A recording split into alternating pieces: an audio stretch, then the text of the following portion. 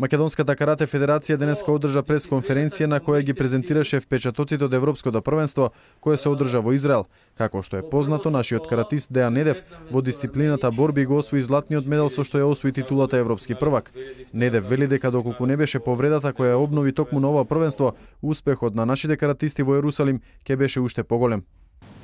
Можам да кажам дека после толку години на активно надпреварување, повеќе од 18 години сум член на македонската репрезентација. Можам да кажам дека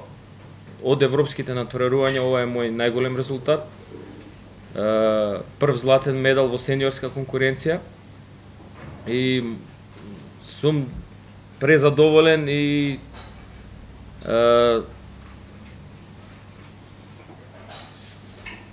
моментот, значи, кога се качив на пиедесталот и кога се освири нашата химна, бев многу горд и многу среќен, но исто така можам да кажам дека жалам за оној пек што ми се случи и што ми се деси ми се повтори, ми се обнови таа повреда, бидејќи доколку не ми се случеше таа повреда, јас гарантирам дека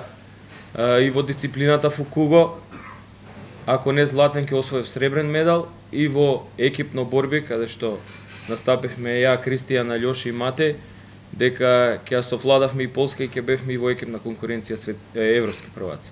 Овој голем успех на Недев само го надополни и одличниот настап на македонските каратисти на Европското првенство во Ерусалим, каде вице шампиони на Европа во екипна конкуренција во кумите станаа Дејан Недев, Алјоша Недев, Матеј Ангеловски и Кристијан Кајчевски, а до бронзените медали во дисциплината енбу стигна Алјоша Недев и Даниел Димитровски. Македонските јуниори исто така беа успешни во Израел, од каде со сребрени медали се вратија Матеј Ангеловски и Ернест Никочевиќ, кои се надпреваруваа во дисциплината енбу. Ангеловски се закити со уште еден медал, бронзениот во поединечна категорија фукуго.